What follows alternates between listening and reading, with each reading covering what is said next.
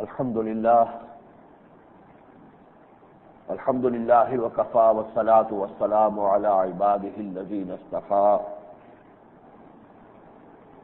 خصوصا على أفضلهم وخاتم النبيين محمد الأمين وعلى آله وصحبه أجمعين.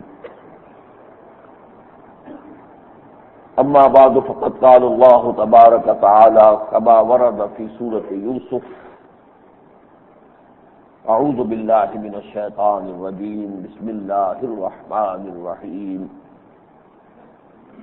ان الحکم الا للہ امر لا تعبدوا الا ایاہ ذلک الدین القیم. وقال جل وعلا كما ورد في سورة النساء: یا ایھا الذین آمنوا اطیعوا اللہ واطیعوا الرسول واولی الامر منکم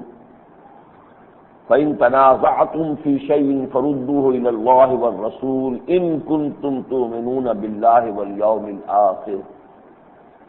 ذلك خير وأحسن تأويلا.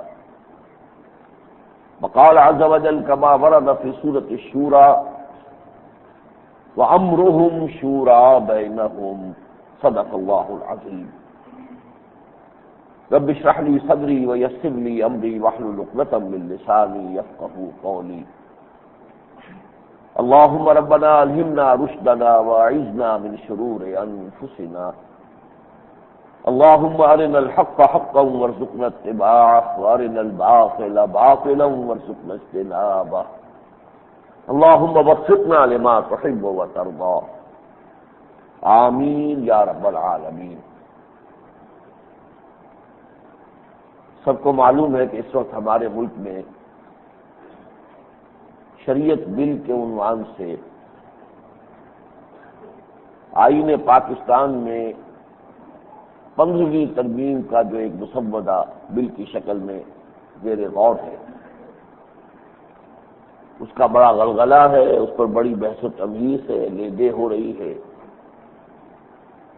چنانچہ جیسا کہ بالعموم ہوتا ہے، ایک طرف تو دو بالکل متضاد اور متحارب قوتیں سامنے آ گئی ہیں، اور اندیشہ یہ ہے کہ شاید یہ پولرائزیشن اس سے بھی آگے بڑھ جائے، کیونکہ یہ بل حکومت نے پیش کیا ہے. لہذا اب ایک طرف وزرائے کرام ہیں، حکومت کے حامی ہیں، مسلم لیگ کے عہدیدار ہیں، مزید برآں کچھ سادہ لوگ، نیک سرشت علماء ہیں جو اس بل کی شدت سے حمایت کر رہے ہیں، اور شدت سے حمایت کا نتیجہ یہ نکلتا ہے کہ جو اختلاف کر رہا ہے ان کی شدید مخالفت، یہاں تک کہ ان پر کفر کے فتوے لگائے جا رہے ہیں. وہ سمجھتے ہیں کہ شریعت بل کی مخالفت کا مطلب شریعت کی مخالفت، اور شریعت کی مخالفت تو کفر ہے. مولانا صوفی محمد صاحب جو مشہور ہیں مالاکنڈ ڈویژن میں، جنہوں نے تحریک چلائی تھی شریعت کی، ان کا یہ مبینہ بیان اخبارات میں آیا ہے کہ جو لوگ شریعت بل کی مخالفت کر رہے ہیں وہ مرتد ہیں. دوسری طرف اس کے برعکس ہے معاملہ، خاص طور پر اپوزیشن اور جو لیفٹسٹ مزاج کے لوگ ہیں ہمارے ملک میں، صوبائیت پرست، نسل پرست، اور یہ کہ حزب اختلاف، وہ اس بل کو اس کی شدید ترین مخالفت کا ہدف بنائے ہوئے ہیں،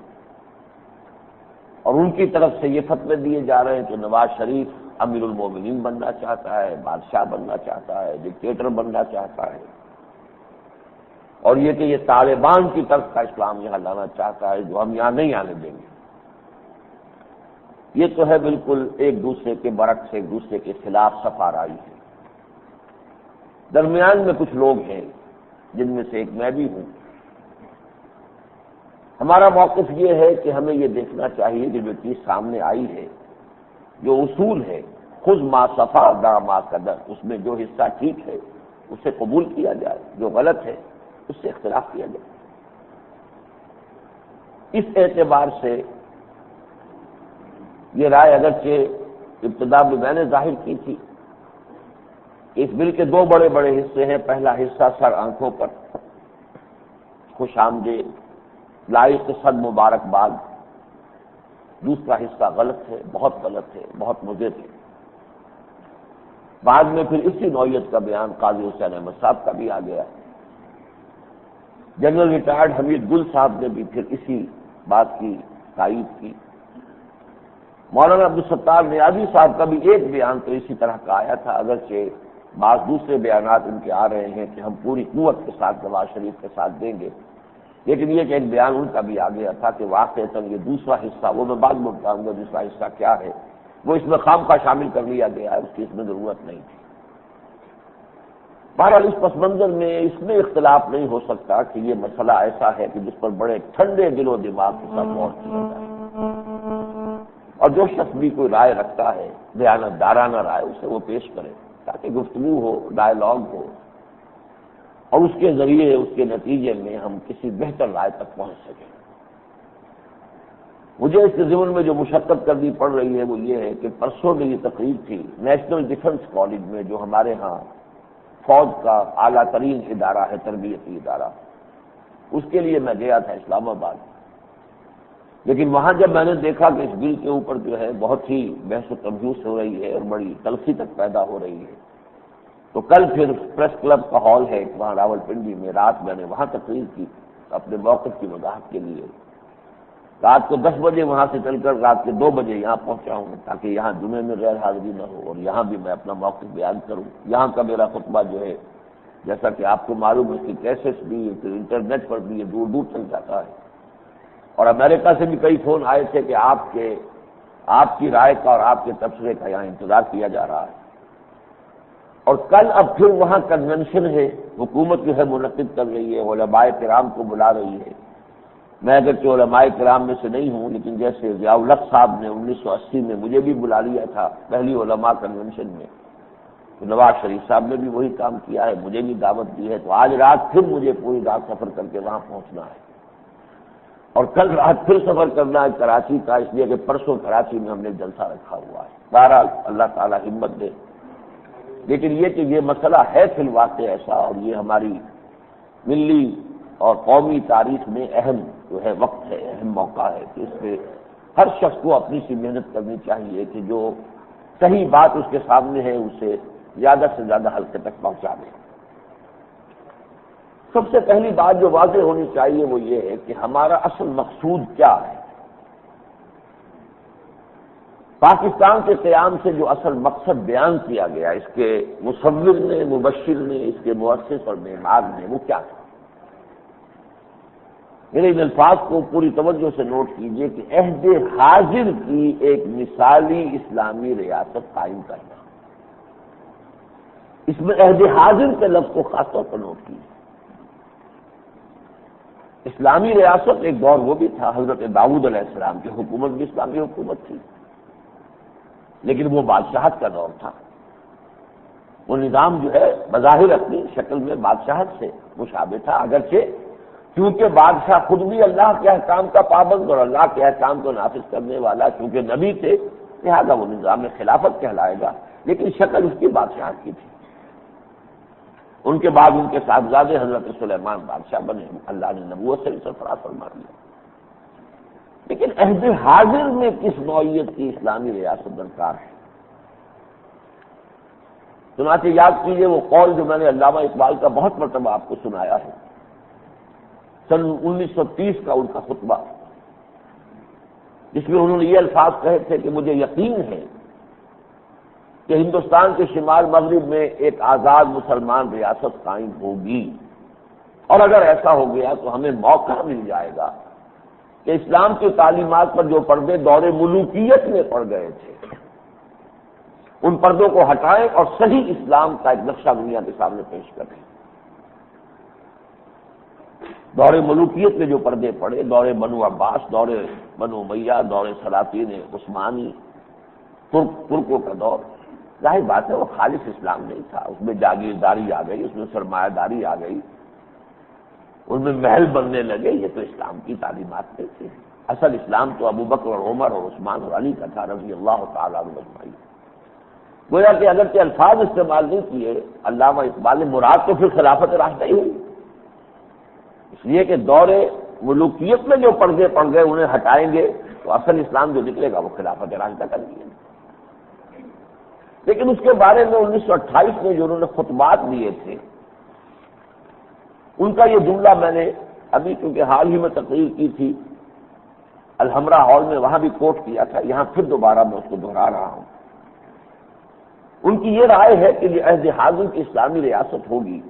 اس کا نقشہ کیا ہوگا؟ The Republican form of government is not only thoroughly consistent with the spirit of Islam, but also has become a necessity in view of the new forces that are set free in the world of Islam. Republican form of government یعنی حکومت کا جمہوری طرز، نہ صرف یہ کہ وہ روح اسلام کے عین مطابق ہے، thoroughly consistent with the spirit of Islam، اس میں کوئی شے اسلام کے مخالف نہیں ہے، ضد نہیں ہے، لیکن یہاں ریاست نہیں کہا ہے، ریپبلکن فارم آف گورنمنٹ، اس کا فرق جو ہے سمجھ لیجیے، اس لیے کہ جمہوریت کا اصل اصول تو ہے عوامی حاکمیت، وہ اسلام کے نزدیک کفر ہے، لیکن یہ کہ عوامی خلافت کے تحت اب جو نظام حکومت بنے گا وہ جمہوری ہونا چاہیے۔ The Republican form of government is not only thoroughly consistent with the spirit of Islam، نہ صرف یہ کہ وہ اسلام کی روح کے عین مطابق ہے، بلکہ وہ فرماتے ہیں کہ عالم اسلام میں جو نئی قوتیں اب ابھر آئی ہیں، نئے خیالات، نئے تصورات، نیا شعور جو پیدا ہو گیا، اس کے اعتبار سے لازمی ہے، but has also become a necessity, یہ ضرورت ہے، لازمی ہے، in view of the new forces that are set free in the world of Islam۔ اب ان دونوں چیزوں کو ذہن میں رکھیے۔ اس کے بعد قائد اعظم کا وہ جملہ جو حال ہی میں میرے علم میں آیا، میں نے پہلے بھی مانا تھا کہ میرے علم میں نہیں تھا، ڈاکٹر ریاض علی شاہ صاحب کی روایت سے جو بات صاحب، وہ بھی خلافت راستہ کی بات تھی کہ آپ لوگوں کو یہ تصور بھی نہیں ہو سکتا کہ مجھے کتنی خوشی ہے کہ پاکستان قائم ہو گیا، میں یہ کام تنہا نہیں کر سکتا تھا جب تک کہ محمد رسول اللہ کا فیض شامل نہ ہوتا صلی اللہ علیہ وسلم۔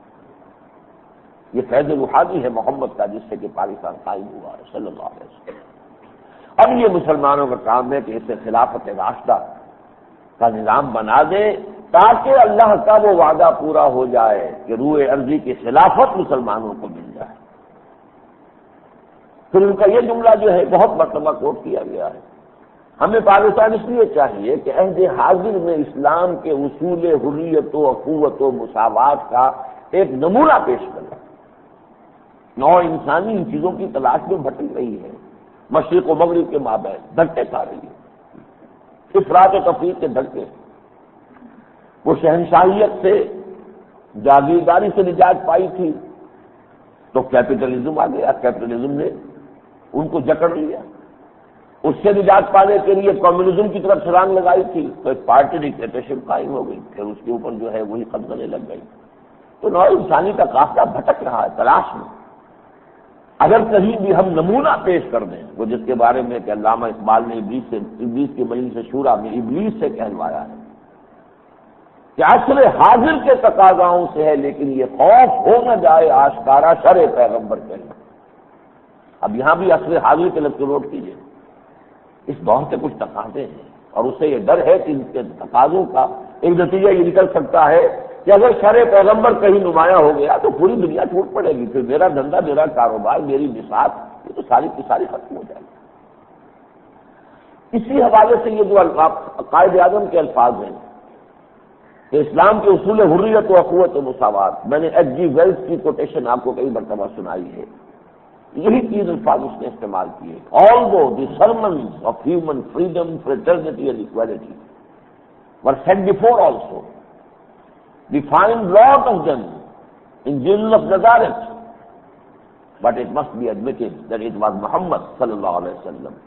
who for the first time in history established a society based on these principles. اگرچہ انسانی حریت و اخوت و مساوات کے وعد تو دنیا میں پہلے بھی کہے گئے تھے، حضرت مسیح نے بھی بہت وعد کہے، لیکن یہ ماننا پڑتا ہے کہ ان اصولوں پر فی الواقع عملاً ایک معاشرہ تاریخ انسانی میں پہلی مرتبہ قائم کیا محمد رسول اللہ صلی اللہ علیہ وسلم۔ ان چیزوں کو ذہن میں رکھیے کہ عہد حاضر کی وہ اسلامی ریاست جو ان اصولوں کے تقاضوں کو پورا کرتی ہے، یہ ہے کہ جو ہمارا مقصود ہے۔ اس اعتبار سے چونکہ میں نے حال ہی میں جو تقریر کی تھی الحمرا میں سمجھتا ہوں آپ میں سے اکثر حضرات اس میں ہوں گے، تو میں نے وہاں وضاحت کر دی تھی ایک اصطلاح جو مولانا مودودی نے وضع کی تھی، تھیو ڈیموکریسی، اور ایک حدیث نبوی صلی اللہ علیہ وسلم، ان دونوں کے حوالے سے کہ اسلامی ریاست جو ہے وہ تھیو ڈیموکریسی ہے، اس میں ایک مذہب کا ایلیمنٹ ہے، ایک ڈیموکریسی کا، لیکن وہ تھیوکریسی نہیں ہے، کسی مذہبی طبقے کی حکومت نہیں، اسلام میں کوئی مذہبی طبقہ نہیں، کوئی برہمنزم نہیں، کوئی پریسٹ کلاس نہیں، لہذا کسی مذہبی طبقے کی حکومت نہیں ہوگی، وہ تھیوکریسی ہو جاتی ہے۔ ڈیموکریسی بھی نہیں ہے، اس لیے کہ ڈیموکریسی کا اصول ہے عوامی حاکمیت، حاکمیت اللہ کے سوا کسی کی ہے نہیں، ان الحکم الا للہ، لہذا وہ کفر ہے، شرک ہے۔ تو نہ وہ تھیوکریسی ہے نہ ڈیموکریسی ہے، لیکن تھیو ڈیموکریسی ہے اس اعتبار سے کہ ایک حصہ تھیو کا اور ایک حصہ ڈیمو کا، دونوں کو جوڑ دیا گیا۔ اچھا یہ دونوں کیسے جڑے ہیں وہ اس حدیث کی روح سے میں نے واضح کیا بارہا کہ حضور نے فرمایا مومن کی مثال اس گھوڑے کی سی ہے جو کھوٹے سے بندھا ہوا ہے۔ ظاہر بات ہے کہ مومن ہوا جو اللہ کو مانتا تو اللہ کے احکام کا پابند ہو گیا۔ مومن فقط احکام الہی کا ہے پابند، تقدیر کے پابند جمادات و نباتات، مومن فقط احکام الہی کا ہے پابند تو ہے نا، وہ مادر پدر آزاد تو نہیں جو چاہے کرے، دو مردوں کی شادی کو لیگلائز کر دے، ایک مرد شوہر ہے ایک دوسرا مرد جو ہے وہ بیوی ہے، legally they are admitted recognized, یہ تو نہیں کر سکتا مومن، ہومو سیکسولیٹی کی اجازت تو نہیں دے سکتا، لہذا مومن پابند ہے۔ اسی طرح اسلامی ریاست پابند ہے، لیکن ذرا اس مثال کو جب بڑھائیں کہ گھوڑا ہے اور ہم یہ بھی چاہتے ہیں کہ ذرا بھاگے دوڑے بھی، اس کے ہاتھ پاؤں کھلے رہے، لیکن بھاگ ہی نہ جائے بالکل، باندھ کے بھی رکھنا ہے، تو فرض کیجئے آپ نے 200 گز لمبی رسی سے باندھ دیا،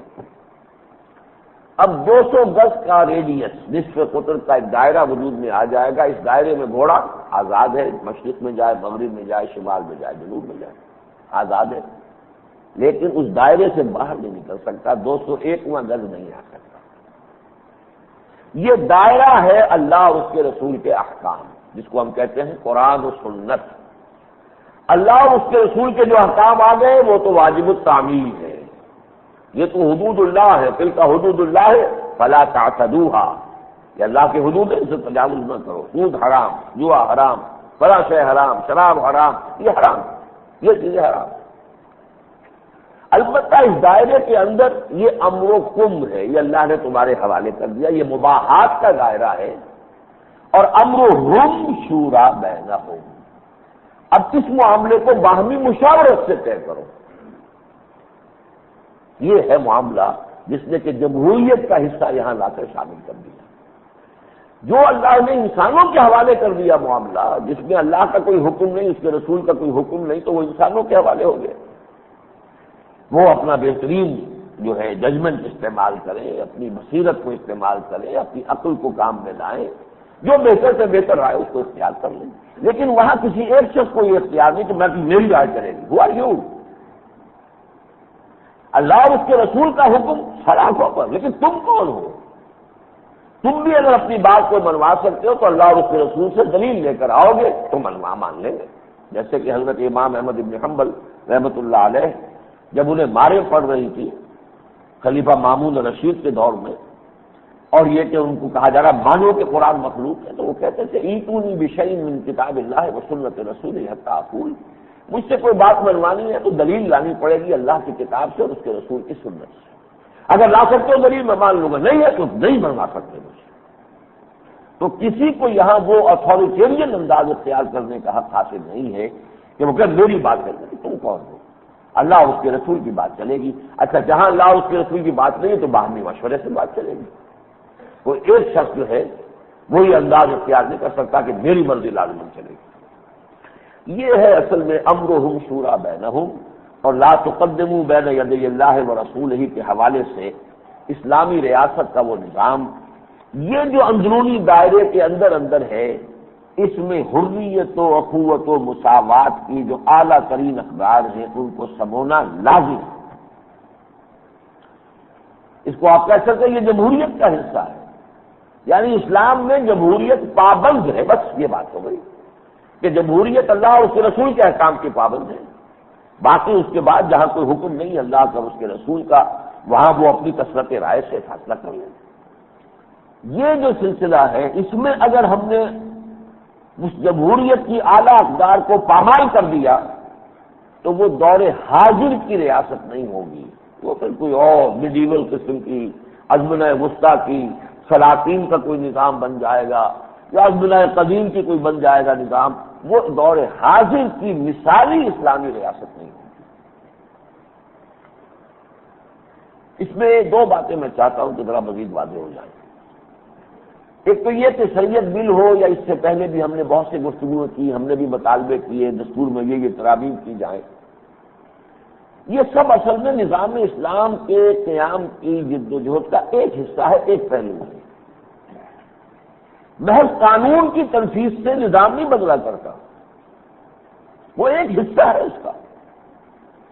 لیکن یہ کہ اس کے لیے ہم جد و جہد کر رہے ہیں۔ کیوں کر رہے ہیں؟ نظام کو بدلنے کے لیے تو انقلابی جد و جہد کرنی پڑے گی، پورا نظام بدلنا آسان کام نہیں، اس کے لیے تو وہ انقلابی جد و جہد، ایک جماعت تیار ہو، جماعت ان لوگوں پر مشتمل ہو جو اپنے وجود پر اور اپنے گھر میں اللہ کا دین نافذ کر چکے ہیں،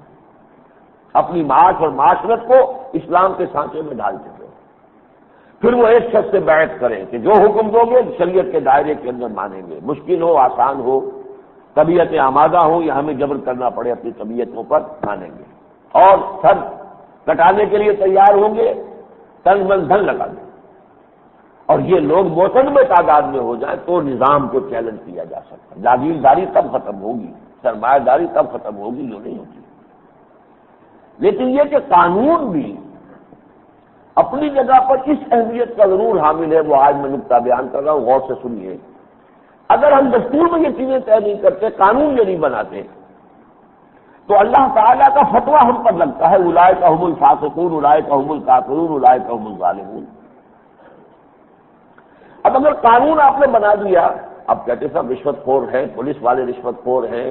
عدلیہ بھی راشی لوگوں پر مشتمل ہے، یہ ہے وہ ہے، تو یہ قانون کا مذاق اڑ جائے گا، ٹھیک ہے، لیکن بحیثیت مجموعی جو ہے پاکستانی قوم اس الزام سے بری ہو جائے گی،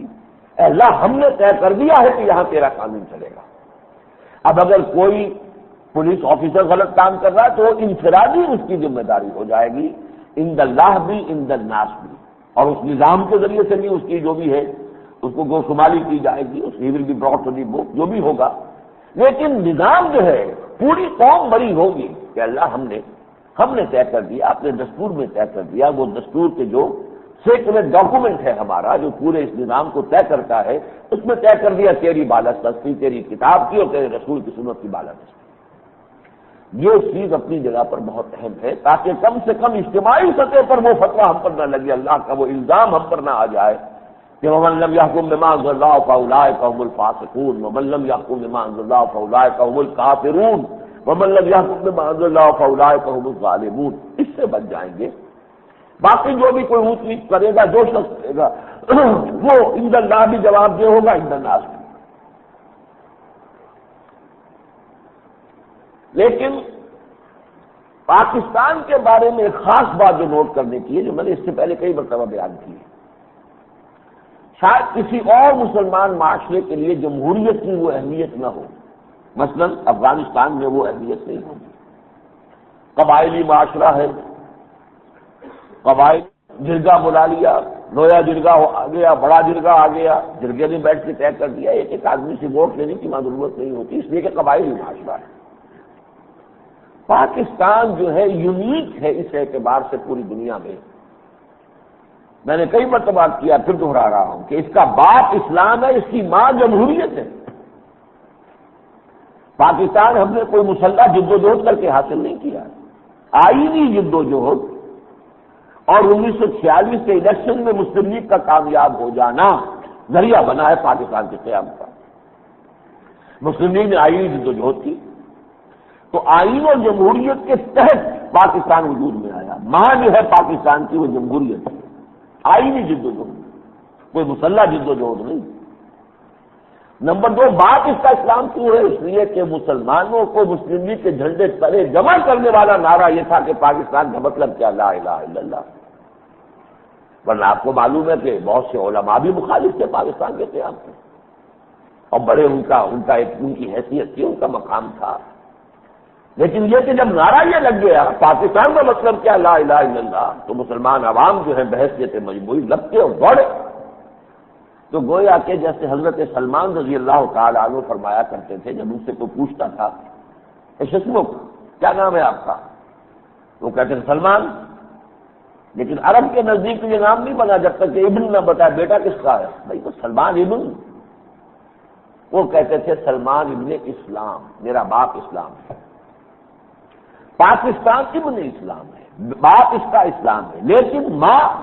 جس کے بطن سے اس کی ولادت ہوئی ہے وہ جمہوریت ہے۔ لہذا ہمیں اس سرکل کے اندر جمہوریت کی اعلیٰ ترین اقدار کو برقرار رکھنا ضروری ہے۔ اگر یہ نہ ہوا تو پاکستان کے اندر جو ہے شدید ترین انتشار کی کیفیت پیدا ہو جائے۔ اس حوالے سے اس دور کی جو خلافت میں نے جیسے کہ کئی مرتبہ واضح کیا ہے اپنی تقاریر میں، اب جو مثالی اسلامی ریاست ہم پاکستان میں قائم کرنا چاہتے ہیں اور جس کی طرف ایک پیش رفت اب ہوگی اگر یہ بل منظور ہو جائے، پہلے بھی کچھ پیش رفتیں ہو چکی ہیں، فائنل سب سے پہلی فیصلہ کن پیش رفت تو قرارداد مقاصد کا پاس ہو جانا تھا 1949 میں، حاکمیت اللہ کی ان الحکم الا للہ طے ہو گیا، یہ پہلا اصل الاصول جو ہے وہ طے ہو گیا۔ پھر یہ کہ جو بھی دستور بنے اس میں یہ دفعہ رہی no legislation can be done repugnant to the Quran and Sunnah, یہاں کوئی قانون سازی کتاب و سنت کے خلاف نہیں بنائی جا سکتی، نہیں کی جا سکتی، لیکن یہ کہ اس کو وہ دفعہ تو آ گئی، غیر مؤثر کر دیا کہ یہ اسلامک آئیڈیالوجی کاؤنسل کا کام ہے، کاؤنسل آف اسلامک آئیڈیالوجی، اسلامی نظریاتی کاؤنسل، وہ دیکھتی رہے گی کیا مطابق اسلام ہے، کیا خلاف اسلام ہے، اور ان کا ایک بیان میں نے ابھی حال ہی میں پڑھا، 15,000 قوانین کا وہ جائزہ لے کر بتا چکے ہیں کہ ان میں کتنا اسلام ہے کتنا غیر اسلام ہے، لیکن چونکہ اس سے آگے دستور میں کوئی ضمانت نہیں تھی کہ ان کی سفارشات لازماً نافذ بھی ہوں گی، تو ان کی سفارشات کے انباز جو ہے فائلوں کے انباز لگتے چلے گئے، پاکستان کی جو منسٹری آف لا ہے اس میں کہیں کسی شے کا کوئی اب اثر نہیں ہوا، بس وہ قرارداد مقاصد بھی لکھی رہی، وہ تھی بھی پریمبل میں، وہ دستور کا جز بھی نہیں تھی، اور یہ کہ ساتھ ہی یہ دفعہ بھی رہی، لیکن نتیجہ عملاً زیرو۔ اس پر پھر اب ضیاء الحق صاحب کے دور میں جو پیش رفت ہوئی، قرارداد مقاصد کو لے آئے دستور کے اندر 2 الف، دفعہ 2 الف، ایک کام ہے مثبت ہے،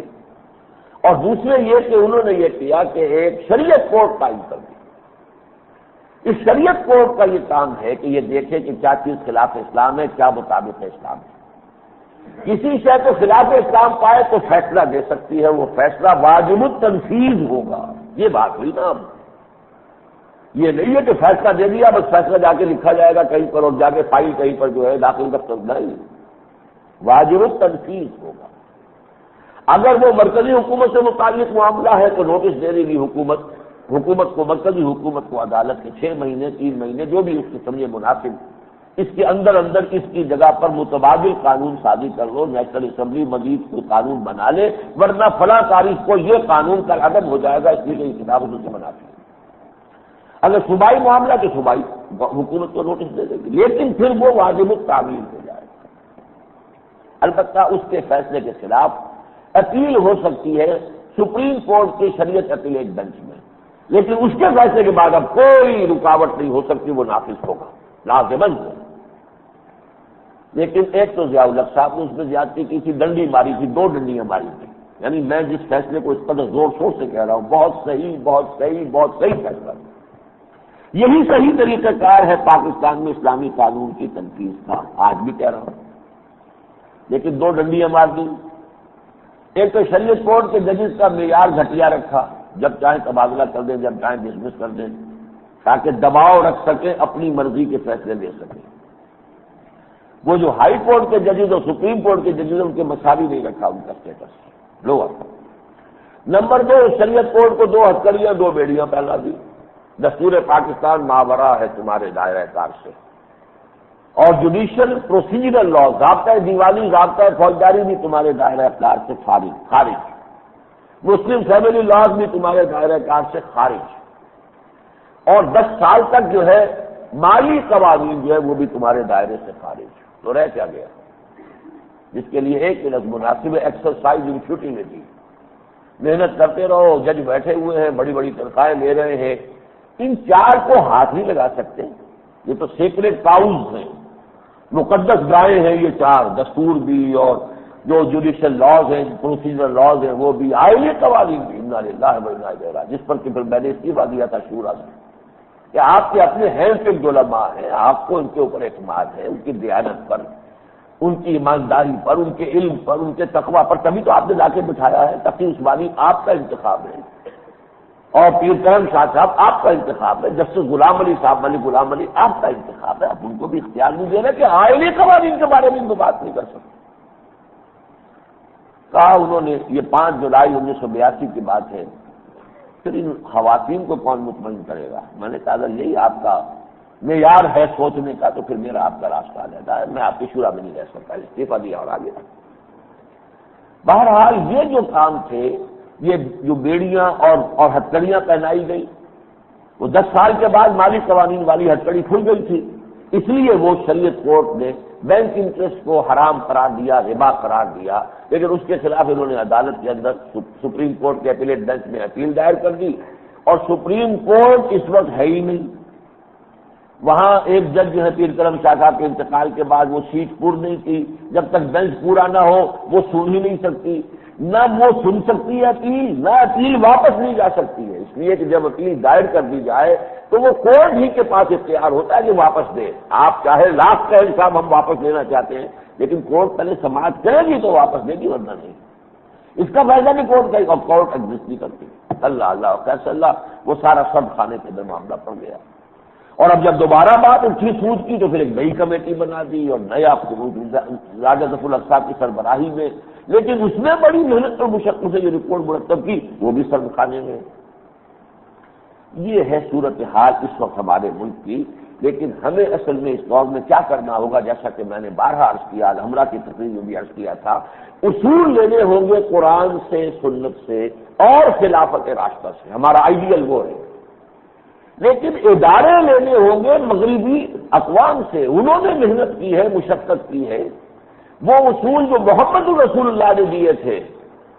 آزادی، حریت، مساوات اور اخوت، کہ حکمران بھی ذمہ دار ہے، رسپانسیبل ہے، عدالت میں جواب دہ ہے، خلیفہ وقت کا دعویٰ بھی خارج ہو سکتا ہے، خلیفہ وقت جو ہے وہ بھی اگر سفر کر رہا ہے تو ایک اونٹ کے اوپر ایک خادم کے ساتھ، یہ ساری چیزیں جو ہیں اس خلافت راستہ سے اصول ہم لے لیں گے، اور یہ کہ خلیفہ وقت یہ نہیں کہہ سکتا کہ جو میں حکم دوں گا آپ کو ماننا پڑے گا، نہیں۔ حضرت ابوبکر نے بھی فرمایا تھا کہ اگر میں سیدھا چلوں تو میری اطاعت فرض ہے تم پر، ٹیڑھا ہونے لگوں تو سیدھا کرنا پڑے گا۔ لیکن یہ کہ اس دور میں وہ انسٹیٹیوشن نہیں تھے، فرض کیجیے میں ہوتا اس وقت اور مجھے حضرت ابوبکر رضی اللہ تعالیٰ عنہ کی کسی رائے سے اختلاف ہوتا، میرے نزدیک چاہے میں غلط ہوتا، 100% غلط ہوتا، میرے نزدیک آپ کا یہ اقدام جو ہے کتاب و سنت کے منافی ہے۔ اب میں کہاں جاؤں؟ کوئی جوڈیشری تھی نہیں، کوئی عدالت تھی نہیں، ادارے موجود نہیں تھے، اصول موجود تھے، ادارے نہیں تھے۔ آج آپ کو معلوم ہے جوڈیشری جو ہے وہ در حقیقت امین ہے کتاب و سنت کی اور دستور کی۔ اس اعتبار سے اگر کسی کو اختلاف ہے وہ جائے جوڈیشری میں، عدالت میں جائے۔ صدر امریکہ کو امپیچ کرنے کے لیے ادارہ موجود ہے۔ ذرا سی بات ہوئی تھی نکسن کے زمانے میں امپیچمنٹ کی، اور نکسن صاحب چھوڑ کے بھاگ گئے تھے استعفیٰ دے کر۔ اتنا خوفناک ادارہ جو ہے، حالانکہ اس وقت سول سپریم پاور اور ارتھ کے درجے کو پہنچا ہوا ہے امریکہ، کم سے کم فی الوقت یہ شکل اس کی ہے، دنیا میں کوئی طاقت اس کے مد مقابل اس وقت نہیں ہے۔ اور اس کا جو سب سے بڑا سربراہ اور اس کا مختار مطلق ہے کہ جو کانگریس وغیرہ کا بھی اتنا پابند نہیں ہے جتنا کہ پارلیمنٹ کے اندر وزیر اعظم ہوتا ہے، پارلیمانی نظام کے اندر جو ہے بہت ہاتھ بندھے ہوئے ہوتے ہیں، صدارتی نظام میں بہت ہاتھ کھلا ہوتا ہے صدر کا۔ لیکن یہ کہ امپیچمنٹ جو ہے، اب آپ کو معلوم ہے کلنٹن کی امپیچمنٹ ہوا چاہتی ہے،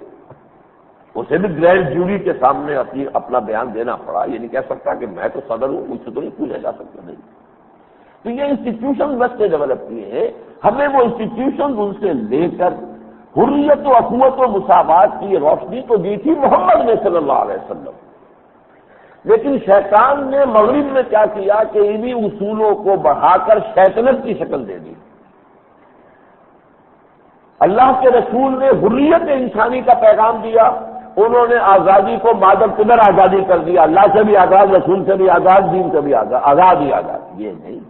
آزادی اللہ اور اس کے رسول کے پابند آزادی، جہاں حکم آ گیا وہاں کرے تسلیم خم، جہاں حکم نہیں ہے وہاں آزادی۔ کوئی انسان کسی انسان کا محکوم نہیں ہے، نہیں، یہ بالکل نہیں ہے۔ تمیز بندہ واقع فساد آدمیت ہے، میں کوئی فخور و خاکر، میں گدائے رہنشین، یہ نظام بنایا ہے، آزادی ہے۔ ایک شخص کھڑا ہو کر پوچھ سکتا ہے آپ کا کرتا کہاں سے بنا ہے بتائیے، اس لیے کہ شک ہے مجھے، یہ مال غنیمت کی ان چادروں سے بنا ہے، یمنی چادریں کہ جو مال غنیمت میں آئی تھی، اور ایک مسلمان کو جتنا حصہ ملا تھا اس سے کرتا نہیں بنتا۔ یہ آپ تو ہے بھی طویل القامت، حضرت عمر رضی اللہ تعالیٰ عنہ کرتا کیسے بن گیا؟ اسے حق ہے۔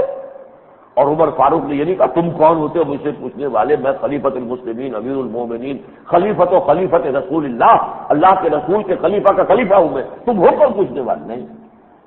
انہوں نے کہا اپنے بیٹے سے کہ عبداللہ آپ بتا دیں مسئلہ کیا۔ انہوں نے کہا کہ نہ میرا کرتا بن رہا تھا نہ والد صاحب کا، میں نے اپنا ٹکڑا بھی دے دیا والد صاحب کو، تب کرتا بن۔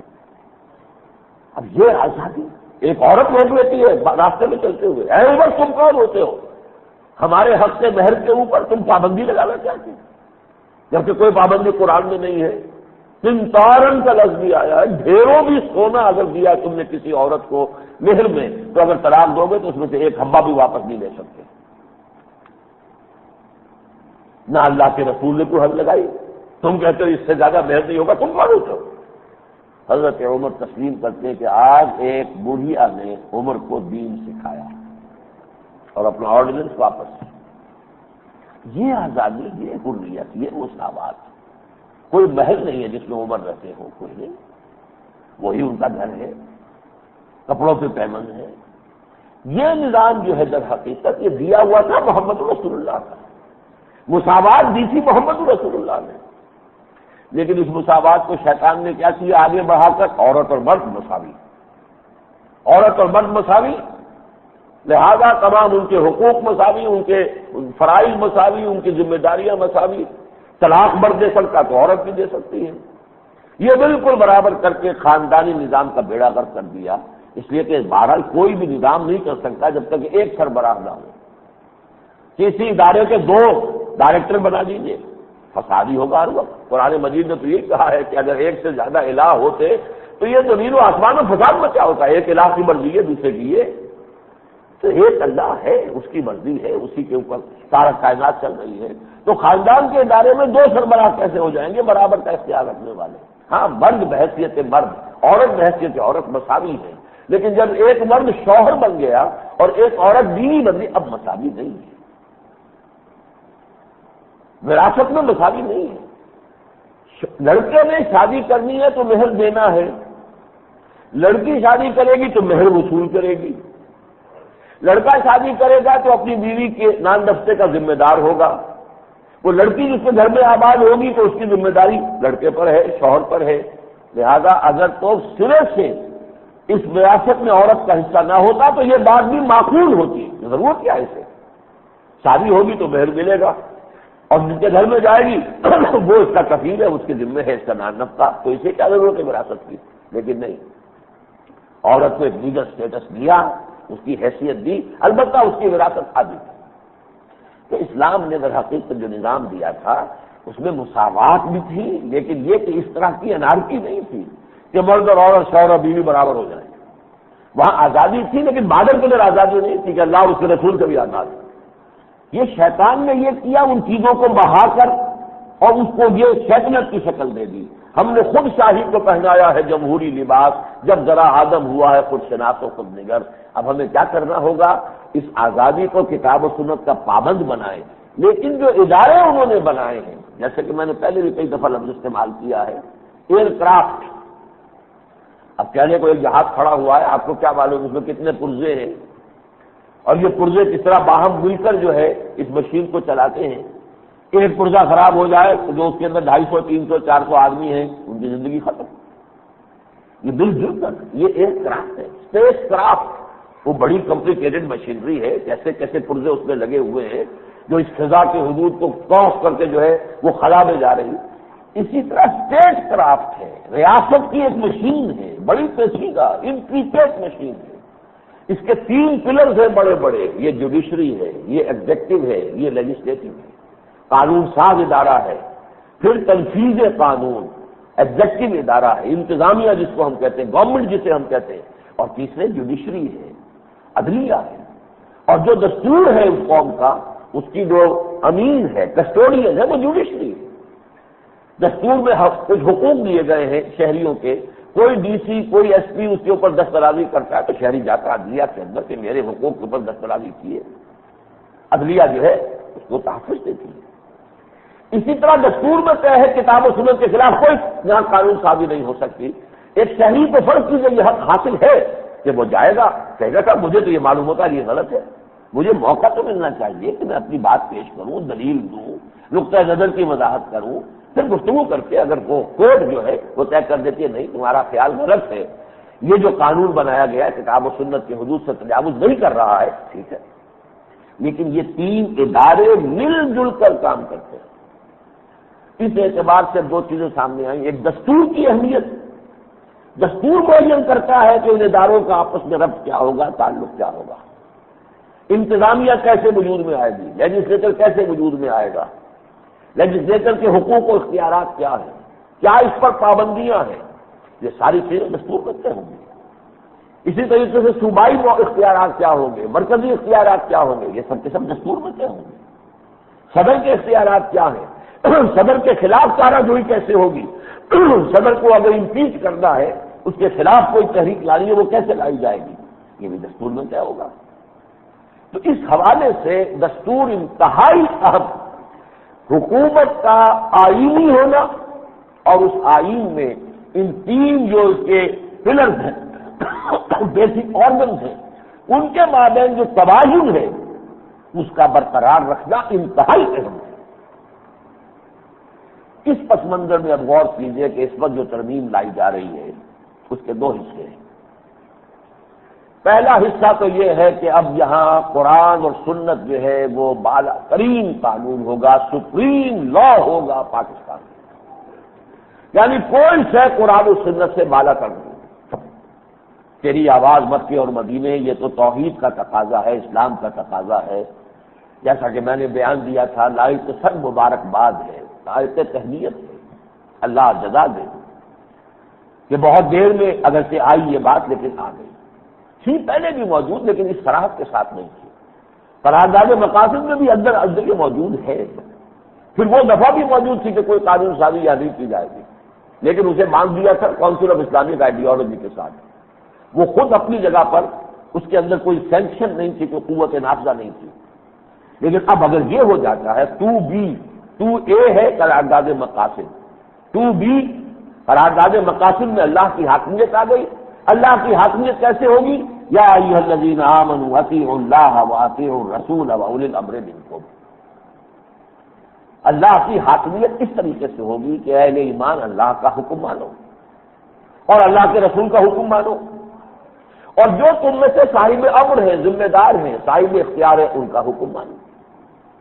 اس میں حکمت یہ رکھی کہ اطیعوا کا لفظ اللہ کے ساتھ بھی لائے، پھر رسول کے ساتھ بھی دوہرا کر لائے، لیکن اولو الامر کے ساتھ نہیں لائے۔ یہ بھی تو ہو سکتا تھا نا، اطیعوا اللہ واطیعوا الرسول واطیعوا اولی الامر منکم، 3 دفعہ کر دیتے۔ ایک شکل یہ بھی تھی اطیعوا، جیسے بریکٹ ہوتی ہے، بریکٹ کے باہر کوئی رقم ہے تو وہ بریکٹ کے اندر کی تمام رقم سے درد کھا جائے گی، ایک اطیعوا کفایت کر جاتا، اطیعوا اللہ ورسولہ واولی الامر منکم، اب بات ہو سکتی، لیکن نہیں، حکمت خداوندی یہ ہے اطیعوا اللہ واطیعوا الرسول واولی الامر منکم، اطاعت، اس لیے کیا بات واضح ہوئی؟ مطلق اطاعت اللہ کی ہے اور اس کے رسول کی ہے، اولو الامر کی اطاعت مطلق نہیں ہے، اللہ اور اس کے رسول کی اطاعت کے تابع ہے۔ اب وہ اولو الامر جو ہے ہونا چاہیے مسلمانوں میں سے، یعنی وہ دور جس میں ہم رہے ہیں 100 برس تک، انگریز کی حکومت تھی، ویسے تو 200 برس کی ہے ہندوستان پر حکومت، لیکن یہ کہ 90 برس جو ہے براہ راست تاج برطانیہ کے تحت تھے، 1857 کے بعد جو ہے ملکہ وکٹوریہ کے براہ راست جو ہے ہم رعیت بن گئے تھے، تو وہ تو اولو الامر منکم نہیں تھے، اس طرح کی کیفیت کو تو اسلام جو ہے وہ ریکگنائز نہیں کرتا، یہ تو مسلمان کی غیرت اور حمیت کا جنازہ نکل جاتا ہے جبکہ وہ اس طرح کی کسی کیفیت کو قبول کرتا ہے۔ یہی وجہ شاہ عبد العزیز رحمۃ اللہ علیہ نے فتویٰ دے دیا تھا یہ دارالحرب ہے، اب یہ ہمارے لیے دارالاسلام نہیں رہا، دارالامر نہیں رہا، دارالحرب ہے، باہر وہ ایک علیحدہ بحث ہو جائے گی۔ تو میں آپ کو بتا رہا ہوں کہ اللہ کی اطاعت، اللہ کے رسول کی اطاعت یہ مستقل بذات ایبسولوٹ، لیکن اولی الامر منکم، تم میں سے جو صاحب امر ہو ان کی اطاعت بھی، لیکن اب اس میں جھگڑا ہو سکتا ہے صاحب الامر سے آپ کا، جیسے کہ میں نے کہا تھا اگر اس کا کوئی امکان نہیں کہ حضرت ابوبکر کو غلط فیصلہ کرتے معاذ اللہ، لیکن ہو سکتا تھا میرا دماغ پھر جاتا اگر میں اس وقت ہوتا اور میری رائے ہوتی کہ یہ حضرت ابوبکر کا یہ فعل جو ہے کتاب و سنت کے منافی ہے، اب کیا کرتا میں؟ فَإِن تَنَازَعْتُمْ فِي شَيْءٍ فَرُدُّوهُ إِلَى اللَّهِ وَالرَّسُولِ، اگر تمہارا جھگڑا ہو جائے کسی معاملے میں تو لوٹا دو اس کو کتاب، اللہ کی کتاب، اللہ کی طرف اور اس کے رسول کی طرف، اللہ کا قائم مقام سمجھیے اس کا کلام پاک ہے قرآن، اور رسول کا قائم مقام ہے اس کی سنت صلی اللہ علیہ وسلم، یعنی اب دلیل لانی پڑے گی، وہ بھی دلیل لائیں گے تو کتاب و سنت سے، تم بھی دلیل لاؤ گے تو کتاب و سنت، فیصلہ کرے گی کتاب و سنت کی دلیل، کوئی یہ نہیں کہہ سکتا میں کیونکہ خلیفہ ہوں میری بات کرنے کی، کتاب و سنت سے دلیل لاتی۔ دیکھیے میں اس کی مثال آپ کو دے چکا ہوں، اس لیے کہ جب حضرت عمر کے زمانے میں یہ بڑے بڑے ملک جو ہے فتح ہو گئے، اب سوال پیدا ہوا کہ یہ سب مال غنیمت ہے، ساری آبادی ایران کی جو ہے اب یہ مفتوحہ ہے، یہ مال غنیمت ہے، اس پوری آبادی کو غلام بنا کے تقسیم کر دو لوگوں کو، ساری زمینیں جو ہے یہ تو مفتوحہ زمینیں ہیں، مال غنیمت ہے، 5واں حصہ جو ہے خمس وہ ریاست کا، 4 حصے جو ہے مجاہدین میں تقسیم کر دو۔ حضرت عمر نے فرمایا نہیں، اگر یہ اس وقت تقسیم کر دیے گئے بعد میں آنے والوں کے لیے کیا بچے گا؟ کچھ بھی نہیں۔ لوگوں نے اختلاف کیا کہ آپ کون ہوتے ہیں، قرآن کا حکم یہ موجود ہے۔ حضرت عمر نے پھر غور کیا، قرآن سے ایک حکم دوسرا نکالا، سورہ حشر میں جو مال فے کا حکم ہے کہ مال فے جو ہے وہ پورا ریاست کا ہوتا ہے، اللہ اور اس کے رسول کا ہوتا ہے، اس میں کسی کا کوئی حصہ نہیں۔ اس پر بھی لوگوں نے نہیں مانا۔ پھر باقاعدہ ایک کمیٹی بنائی گئی، 5 ارکان خزرج کے، 5 ارکان اوس کے، اس کمیٹی نے پھر غور کیا اور غور کر کے پھر انہوں نے فیصلہ کیا کہ حضرت عمر کی رائے کتاب و سنت سے اقرب ہے، صحیح ہے، تب وہ شے قانون کا درجہ بنی۔ تو حضرت عمر کے زمانے میں بھی یہ ہوا۔ اس حوالے سے اب کس دور میں کیا ہوگا؟ عدلیہ، جائیے وہاں عدلیہ میں جا کر، وہاں جا کے کیونکہ پورا موقع ہوتا ہے، دلائل دے، آپ کے کوئی علماء بھی آئیں، ماہرین دستور آئیں، ماہرین فقہ آئیں، ماہرین قانون شریعت آئیں، وہاں پہ دلیلیں دیں، وہاں پہ دودھ کا دودھ پانی کا پانی علیحدہ ہو جائے گا، یہ فیصلہ وہاں ہو جائے گا۔ بہرحال پہلی بات جو ہے وہ بالکل صحیح ہے کہ کتاب و سنت کی ٹوٹل بالادستی ہو، لیکن اس سے آگے جو ایک بات کہہ دی گئی ہے وہ یہ کہ دستور میں ترمیم کے لیے حکومت کو یہ اختیار حاصل ہو جائے کہ اگر وہ یہ سمجھے کہ شریعت کی تنفیذ میں کہیں دستور رکاوٹ بن رہا ہے تو دستور میں وہ ترمیم کر سکے گی صرف حاضر ارکان کی سادہ اکثریت سے۔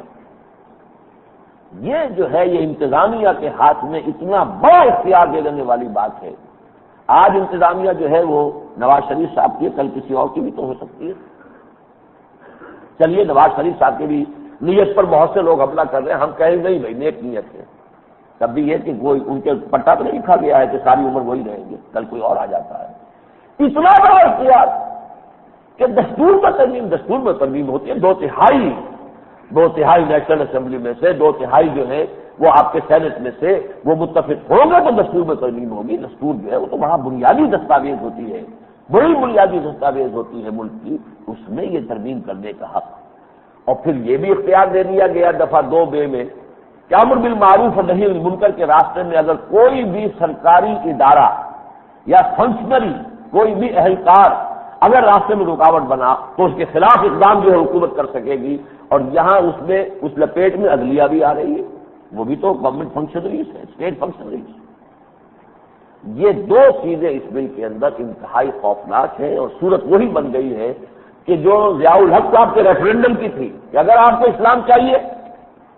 تو میں 5 سال کے لیے آپ کا صدر ہوں۔ ماروں گھٹنا پھوٹے آنکھ،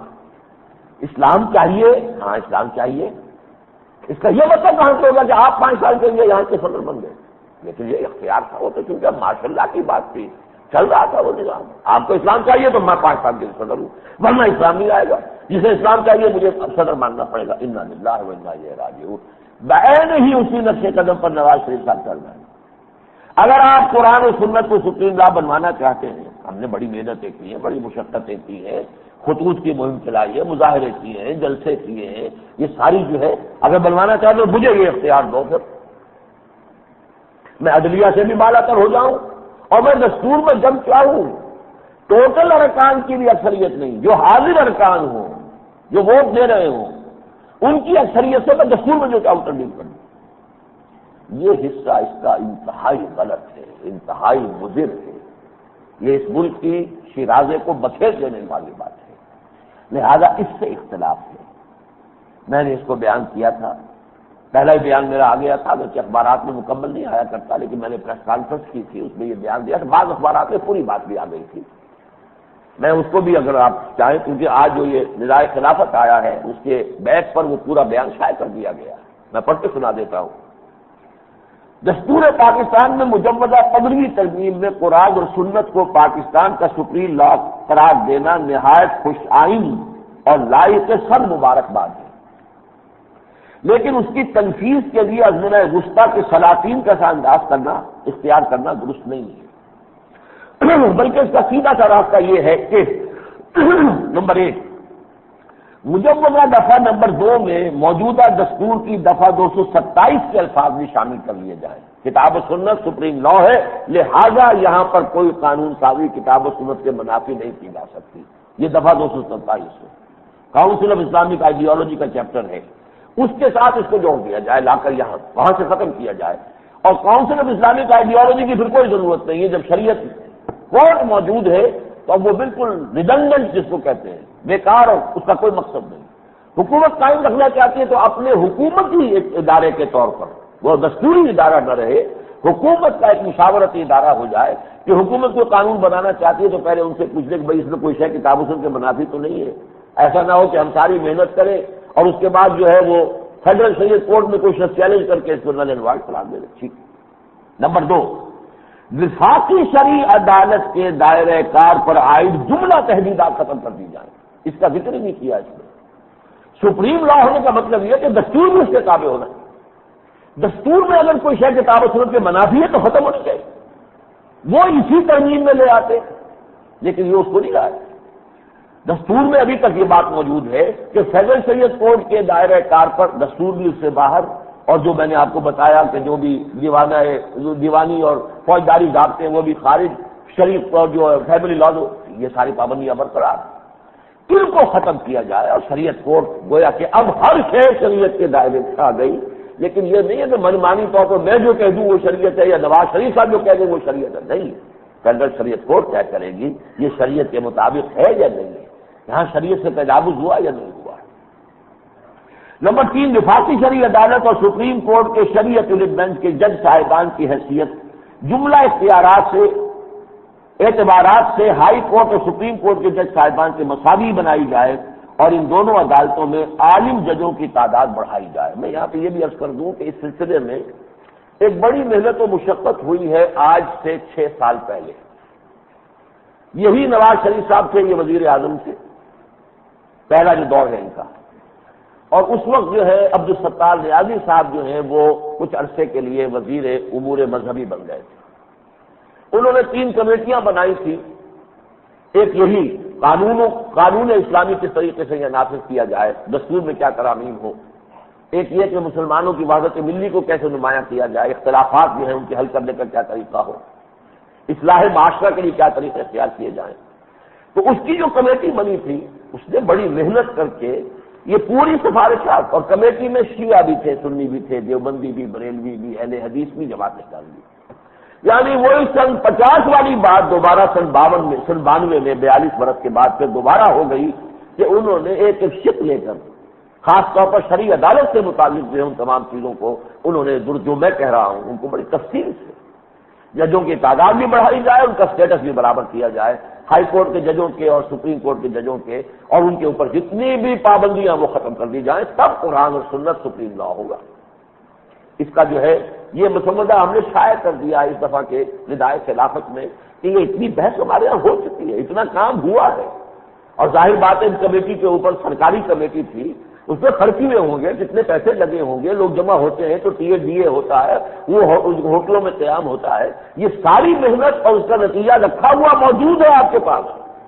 آپ اس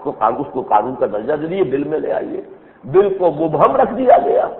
اس میں نہ شریعت کوڈ کی پابندیاں ہٹائی گئی، وہ تو مبہم بات ہے کہ بس کتاب و سنت کی ٹوٹل بالادستی ہوگی، لیکن اس کے ساتھ جو ہے دفعہ 239 کہ جو ترمیم دستور کی دفعہ ہے اس کے اندر جو ہے وہ ساری پابندیاں جو ہے 2/3 والی ختم کر کے وہ گویا کہ حاضر ارکان کی سمپل اکثریت، سادہ اکثریت سے وہ دستور میں ترمیم کر سکیں گے۔ یہ صورتحال جیسا کہ میں نے عرض کیا بہت غلط ہے۔ اب وہ کہتے ہیں کہ امر بالمعروف و نہی منکر کے لیے ہمیں احکام دینے ہوں گے، ڈائریکٹوز دیں گے ہم۔ بھائی فرامین آپ کیوں دیتے ہیں؟ آپ کسی نیکی کو پروموٹ کرنا چاہتے ہیں، لیجسلیٹ کیجیے، قانون بنائیے، آپ کی اکثریت ہے، قانون بنا دیجیے۔ دستور میں طے ہے، قانون سازی کیسے ہوتی ہے؟ آپ قانون سازی بنائیے، منکرات جو ہے ان کا استحصال کرنا چاہتے ہیں، قانون بنائیے، قانون سازی کیجیے۔ یہ ڈائریکٹوز کے ذریعے سے، فرامین کے ذریعے سے، تو بادشاہ لوگ تھے جو فرمان جاری کیا کرتے تھے، سلاطین کے فرامین ہوتے تھے، اب تو آپ کی اسمبلی ہے وہ قانون بناتی ہے۔ آپ ظاہر بات ہے کہ جو معروف ہے اس کو قانون سازی کی کوئی رکاوٹ جو ہے اس میں نہیں آ سکتی عضو دستور۔ منکرات یہ تو ہمارا دین فطرت ہے، اس میں انہی چیزوں کو منکر قرار دیا گیا ہے جو فطرت انسانی کے نزدیک منکر ہے، وہی راستے میں رکاوٹ نہیں آئے گی، آپ اس کے اندر قانون سازی کیجیے۔ تو جو کام بھی آپ کو کرنا ہے وہ قانون سازی سے آپ وہ نیکی کا پرچار کیجیے، بدی کو روکیے، اللہ تعالیٰ آپ کی اس کو توفیق عطا فرمائے۔ لیکن یہ کہ دفعہ 239 کو چھیڑنا اور دستور میں ترمیم کو اس طریقے سے آسان بنا دینا اور عدلیہ سے بھی بالا تر اپنے ڈائریکٹرز کو بنا دینا، یہ تمام کام جو ہے یہ در حقیقت یہ صحیح نہیں ہے، ان سے ہمیں اختلاف ہے، اور اس اختلاف کی وجہ سے اگر فرض کیجئے کہ میں تو اس سے اختلاف کر رہا ہوں، شریعت سے اختلاف نہیں کر رہا، لیکن یہ کہ اگر ملک کے اندر بہت سے لوگوں نے اسی وجہ سے اس کو رد کر دیا، آپ پیکج کہہ رہے ہیں، میں نے کہا پیکج کو سپلٹ کر دیجیے، ایک حصہ وہ ایک حصہ یہ، پہلے حصے پر کسی کو اختلاف نہیں۔ نسیم الرحمان صاحب جو ہے ANP کے نمائندے، انہوں نے کہا ہمیں کوئی اختلاف نہیں، شریعت سے اختلاف نہیں ہے، لیکن یہ جو 239 کے اندر جو ترمیم یہ کرنا چاہتے ہیں وہ ہمیں قابل قبول نہیں۔ تو یہ ہے وہ بات کہ جو درمیانی بات ہے جس میں شریعت متفق علیہ بھی ہو جائے گی، شریعت کے اوپر جو ہے بڑی آسانی سے جو کام پہلے ہو چکا ہے اسی کے مطابق شریعت کوڈ کے بارے میں جو بھی سفارشات آج سے یہ 6 سال پہلے دی گئی تھی اسی کے مطابق ترمیم کر دیجیے، ان کے دائرہ کار کو بڑھا دیجیے، ان کے ججز کے اندر علماء کی تعداد بڑھا دیجیے۔ یہی شریعت جو آپ کا آئیڈیالوجی اسلامک آئیڈیالوجی کاؤنسل ہے، اس میں جو علماء بیٹھے ہوئے ہیں وہاں بھی تو وہ تنخواہیں لے رہے ہیں، تو مراعات ہیں، انہیں لاتی یہاں شریعت کوڈ کے اندر بٹھا دیجیے، ٹھیک ہے، وہاں علماء کی تعداد زیادہ ہو جائے اور ان کا اسٹیٹس ہو، یہ راستہ اختیار کیا جائے تو یہ سادہ راستہ ہے، سیدھا راستہ ہے، اس سے کسی کو اختلاف کرنے کی گنجائش نہیں ہوگی۔ لیکن اگر اس پیکج کو جو کا تو برقرار